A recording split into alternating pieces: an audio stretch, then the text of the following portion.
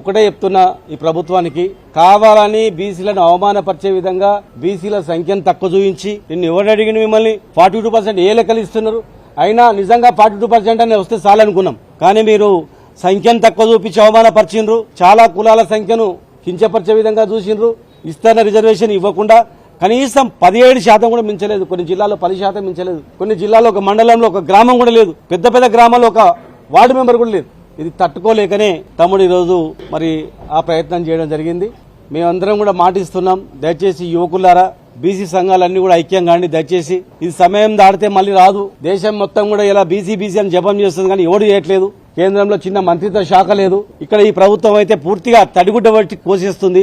అందరి ఐక్యమై కొట్లాడి సాధించుకుందాం తప్ప ఇట్లా మనం ఆత్మహత్యలు చేస్తూ పోతే ఇక మనం కష్టమవుతుంది. మీలాంటి వీరులు ధైర్యంగా ఒక్కసారి రివర్స్ గా ఆలోచన చేయండి. ఏమైనా సాధించవచ్చు, ప్రాణానికి తెగించిన ఏమైనా చేయొచ్చు. కనుక ఈ ప్రభుత్వాన్ని ఎట్లా మనం గడగడలాడించాలి, ఇలాంటి మోసపూరిత ప్రభుత్వాలను ఎట్లా మట్టి కనిపించాలి, పోరాట పంత ఎట్లా ఎన్నుకోవాలి అనే దాని మీద మీరు అందరూ ఆలోచన చేయండి. మేధావులందరూ కూడా ఆలోచన చేయండి దయచేసి.